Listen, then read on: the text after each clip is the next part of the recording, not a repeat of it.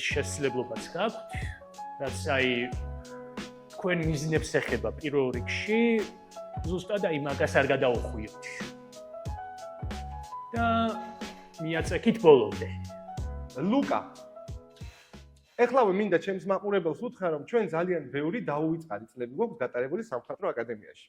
ორივე სამხატვრო აკადემიის ბედგრული სტუდენტები გახლავართ, მაგრამ დღეს უკვე ჩვენი პროფესია გვაქვს, დღეს უკვე ჩვენი გზები ავირჩიეთ, რომელსაც ჩემი აზრით ძალიან სწორად მივყვებით. ამიტომ დღეს მინდა ჩემმა სტუმარმა თავისი თავი თავად წარმოგიდგინოთ. გითხარი, ვინ ხარ? მოგესალმებით, მე ვარ ლუკა კიკნაძე. მაქვს ასევე ჩემი საკუთარი არტ გალერეა, რომელიც მუშაობს უკვე 3 თვეა. გახსნის დღიდან არა და ცოტა უკვე მერე, სადღაც აი 17 რიცხვიდან 10-ში გავხსენი. აქტიური მუშაობა დავიწყე. ძალიან ვაფასებ, იმიტომ რომ ერთ-ერთი ყველაზე დიდი ნაბიჯია ნებისმიერი ადამიანისთვის, როცა საკუთარი პროფესიიდან გამომდინარე, პროფესიის სტუდიას ხსნის და ამ სტუდიას იყენებს თავისი ისევ პროფესიული მიზნებისთვის. ამიტომ ლუკაც ერთ-ერთი იმათ დაგანია ხელოვანებისგან, რომელსაც საკუთარი სამფლობელო აქვს და ამ სამფლობელოში აქ ერთ ნიუანსს დავამატებდი ახლა მე პირადად. ეს არის არტ გალერეა, სადაც ხატავ, სადაც ნახატებს ვყიდი და არა მარტო ხატვა და ნახატების გაყიდვა, არამედ შეკვეთები და მე ამას პლუს ემატება კიდე ერთი გეგმა. გავუკეთო სხვა მხატვრებს გამოფენა.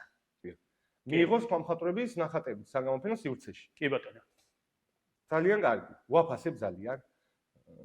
აი კიდე ერთხელ ავღნიშნავ იმას, რომ ძალიან დიდი ენერგიის ჩადება უწევთ ხელოვანებს იმაში, რომ საკუთარი სტუდია, საკუთარი გალერეა და საკუთარი სამუშაო კუთხე ქონდეთ.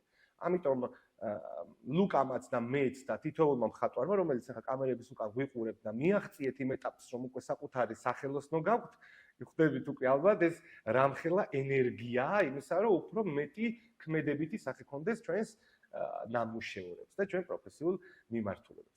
ლუკა, კიდე ერთხელ, ძალიან დიდი მადლობა, რომ მისტუმრეთ ჩემს სტუდიაში. ძალიან დიდი მადლობა, რომ ჩემს პირველ პოდკასტს სასიამოვნოა. და ეხლავე აღნიშნავ მაყურებლებთან, რომ ლუკას ერთ-ერთი პირველი ყველაზე დიდი გულშემატკივარი გახლავართ მე. მან მიყვარს ძალიან მისი გამოფენები, მისი პოსტები, მისი სტორები და ამ ბმულზე მივუთითებ ლუკას სოციალურ ქსელსაც, შეგიძლიათ გამოიწეროთ, მიწეროთ და მერე ცალკე გაიაროთ ის პირობები, რომლებიც ლუკას საგამოფენო სივრცეს ცალკე გაიაროთ ის პირობები, რომლებიც ლუკას საგამოფენო სივრცეს უკავშირდება. და თუ დაინტერესდებით, შეგიძლიათ თქვენი გამოფენა ლუკას საგამოფენო სივრცეში წარადგინოთ. ლუკა, არ მინდოდა რომ ჩვენი პოდკასტი ყოფილიყო დაძაბული, არ მინდოდა რომ გვესაუბრა ვინმე მესამე პირზე და არ მინდოდა რომ შევხებოდით ნებისმიერ სხვა თემას გარდა ხელოვნების. ამიტომ დღეს მე მინდა პირიქით. კი. რაც შეეხება მაყურებლებს, თუ ხელოვნება არ გაინტერესებთ, შეგიძლიათ გადართოთ სხვა YouTube არხზე. იმიტომ რომ ამ ჩემს პოდკასტში არაფერი იქნება გარდა ხელოვნებისა. ამიტომ ლუკა, დიდი მადლობა, რომ შემოუერთდი ჩემ ხელოვნების წყაროს, რომელსაც მაყურებლებთან მივიტანთ როგორც შეგვიძლია. შენ კი დიდი მადლობაც მოწვევისთვის. არაფერს.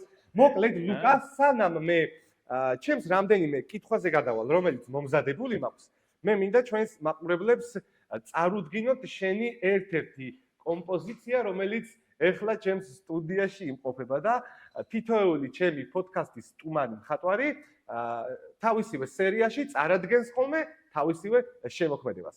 ამიტომ დღეს ლუკამ თავისი ნახატი წარგვიდგინა და მგონი ლუკა დროა რომ მაყურებლებს შენი ნამუშევარი ვაჩვენოთ და მე კითხვებზე გადავიდეთ. კი ბატონო.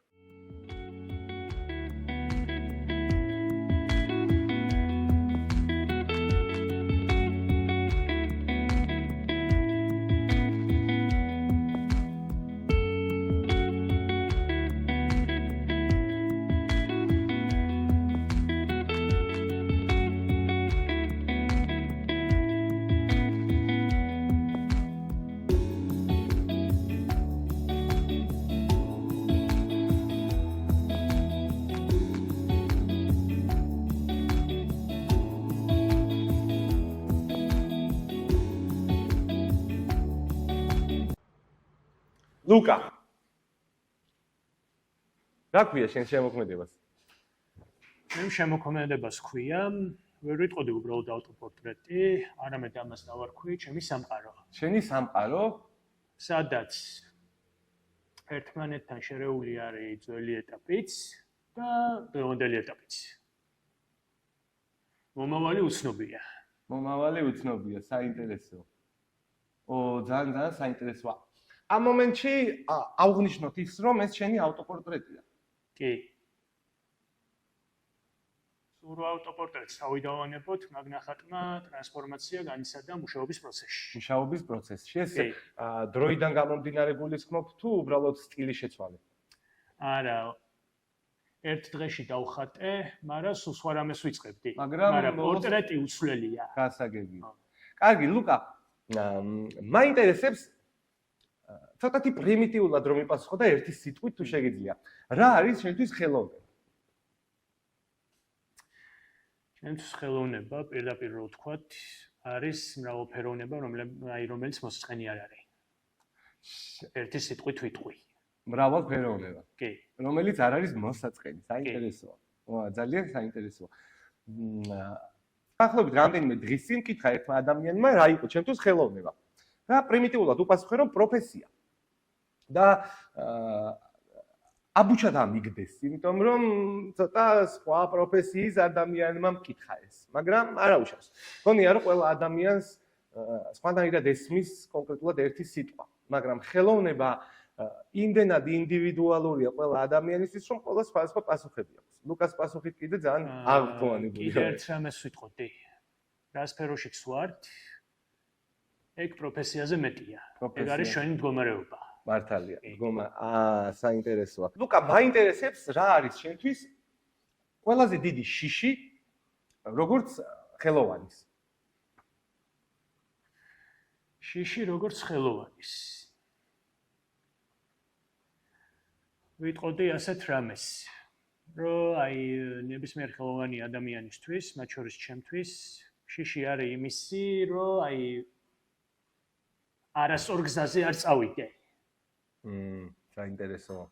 მაგას მოყვება თავის წინადადებები, თავისი რჩევები, ეხლა ძალიან არ დაუწყვილმანდები, მაგრამ აი მოკლედ ვიტყვი, რომ არის რაღაცები, რაც დაგაფიქრდეს, არის რაღაცები, რაც დაგაფიქრებს და შენ თვითონ უნდა მიიჩნიო ის, რომ ეგ გადაწყვეტილება არის სწორი, რასაც გულით იღებ და არა შევიდან გამომდინარე. მართალია. რაც ემოციური მდგომარეობა. კი. ჩემს სტუმრებს, ჩემ YouTube გადაცემაში, რომელიც მე ახლა წამოვიწყე და თუ ჯერ კიდე არ ნახავთ ჩემს მუნზე ამას. მაქსიმალურად ვცდილობ ჩემს სტუმრებს ხელი შევუშალო გარემოებებიდან გამომდინარე და მივცე მეტი ენერგია იმისა, რომ შიგნიდან გამოუშვან თავიანთი ენერგიები.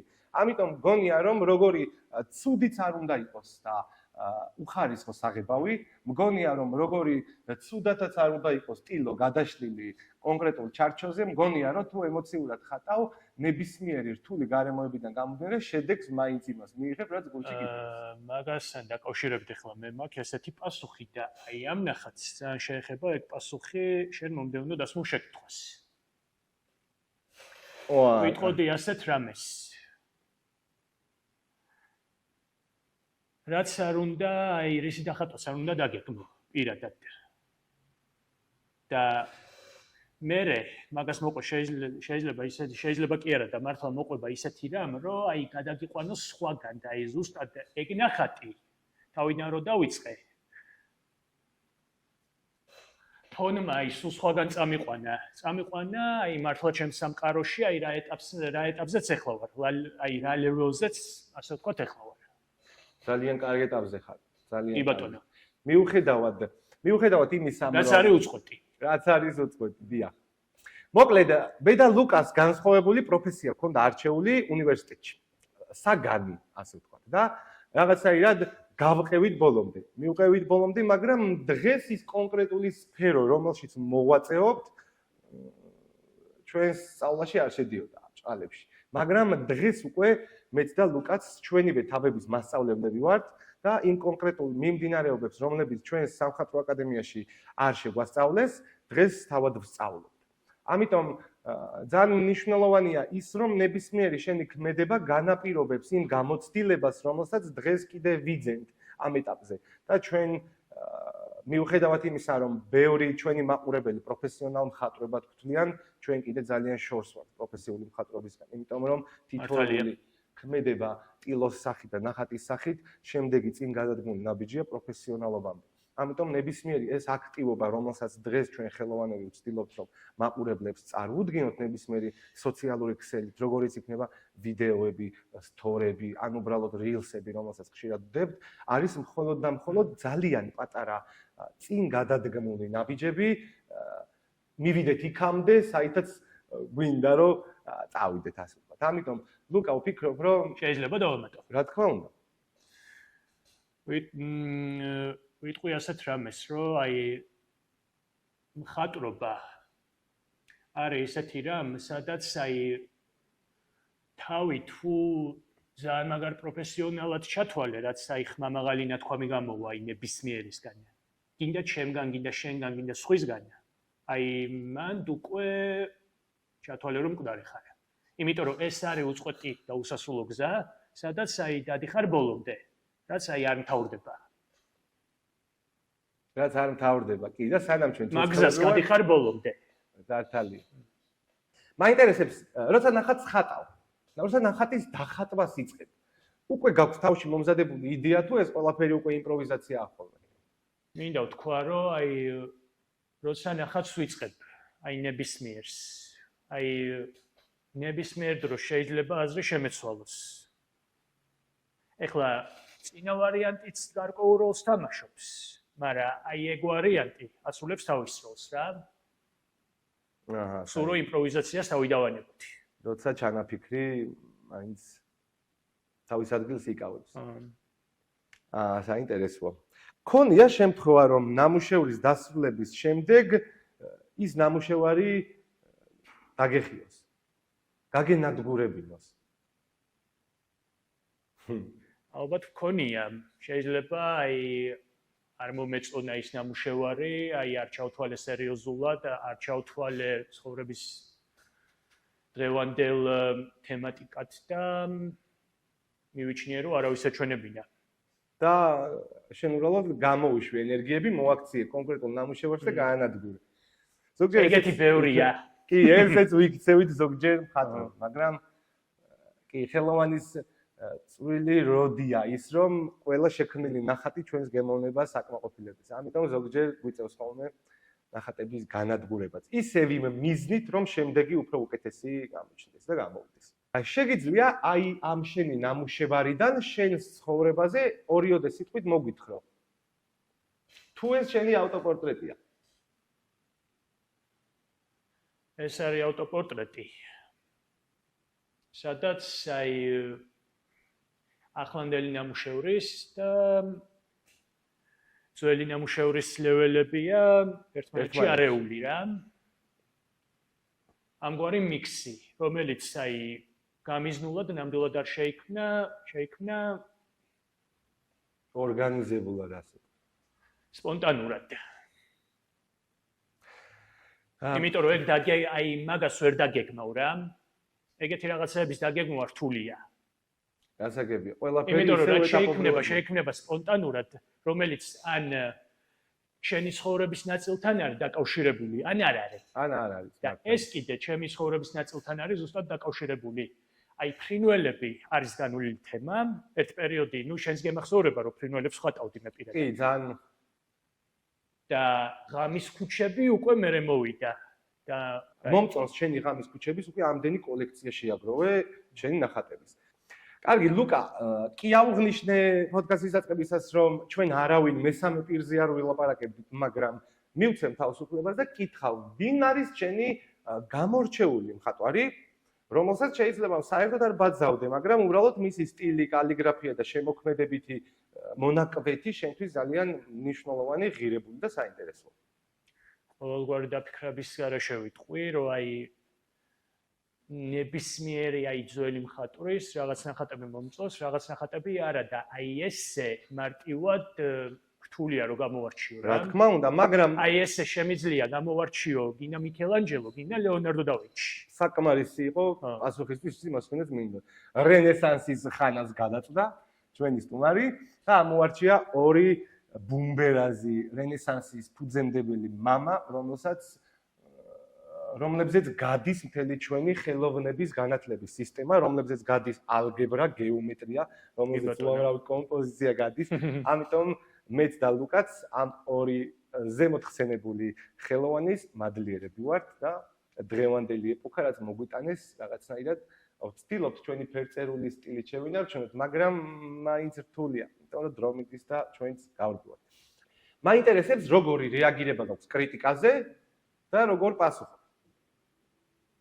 თუ ეგ კრიტიკა არის სასარგებლო, ხმას არ ამოვიღებ, მაგრამ ზოგადად კრიტიკაზე არასოდეს არ მქონია კაი რეაქცია, მიუხედავად იმისა, რომ აი ბევრჯერ გაუჩუმებულ ვარ და ეგ კრიტიკა 100%-ს დაემთხვა და სამომავლოდ რა რეაქცია მექნება, ნამდვილად არ ვიცი. ვფიქრობ, კრიტიკა არის ჩვენი ერთ-ერთი ენერგია, რომელიც გვეხმარება, რომ შემდეგი ნაბიჯები უფრო უკეთესი იყოს. მაგრამ თავარია კარგ როლს ამაშობდეს. მინდა აღვნიშნო, ჩვენ ხელოვანები კრიტიკას ვისმენთ, გულთან ახლოს მიგვაქვს, მაგრამ არასდროს ვითვალისწინებთ, რაც ჯობლთვის ჩვენი ხერხებით თამაშობთ. ლუკა, ძალიან სერიოზულად შევეხო კიდე ერთხელ იმ პროფესიას, რომელიც ჩვენი საქმეა. ძალიან ხშირად ვცდილობ ხოლმე, რომ ნებისმიერ ადამიანს, იქნებიან ეს ჩემი მეგობრები, ოჯახის წევრები, თუ უბრალოდ ქუჩაში შემხვედრი სუბიექტები, რომელსაც არ ვიცნობ, ვცდილობ ხოლმე რჩევის სახით უფასოდ გავცე ხოლმე იმისთვის, რომ მთელი ცხოვრება იყო ბედნიერი, უნდა იპოვნო საქმე, რომელსაც სიყვარულით გააკეთებ. მიუხედავად იმისა, რომ შეიძლება ფინანსური სარგებელი ვერ ნახო, მაგრამ შენ 100-ჯერ უფრო ღირებული რაღაც ნახო, რასაც ბედნიერება ქვია. დღეს ლუკას და მე ყველაზე დიდი საერთო გვაქვს ის, რომ ჩვენ ვიპოვნეთ ჩვენი საყვარელი საქმე და იმას სიყვარულით ვაკეთებთ. სიყვარულით ვქმნით და ჩვენი მიზანი ფინანსური მდგომარეობა ამ მომენტში აღარ არის. ჩვენი მიზანია უბრალოდ ის ენერგიები, რომელსაც გამოვუშვებთ და კილოზე დავიტანთ, მივიღოთ ის შედეგი, რომ შემდეგ აღარ ავდგეთ და ეს კილო დასახევი არ გაგვიხდეს, იმიტომ რომ შედეგი არ მოგვეწონა. ამიტომ მე პირველ რიგში ვაფასებ ლუკას მონდომებას, იმიტომ რომ ძალიან მოკლე დროში ჩემს თვალწინ ძალიან ბევრი კომპოზიცია შექმნა და რაღაცნაირი ხაზი თავისი ნახატერის, რომელსაც დღესაც ესე ორიგინალურად მიყვება. და ამიტომ ლუკა კიდე ერთხელ მადლიერი ვარ მე იმ ყველა ადამიანის შენი ჩათვლით, ვინც ხელოვნება იპოვნა, შეიყვარა და დღეს იმ საქმეს სიყვარულით აკეთებს ჩემო ყველაზე მთავარია და ჩემო კოლეგა. ამიტომ თუ კოლეგები ვართ, შეგიძლია ერთი ნებისმიერი კითხვა შენს კითხო. ასეთ რამეს კითხვა. რა ფაკულტეტზეც გაგიცანი? მაშინ არ მეკითხავს, იმიტომ რომ ორივე სხვა წარმოდგენა გქონდა. რაზეც სწავლობდი? გულისხმობ დაზგურებკას. რამდენად ღირებული იყო ან არის შენთვის?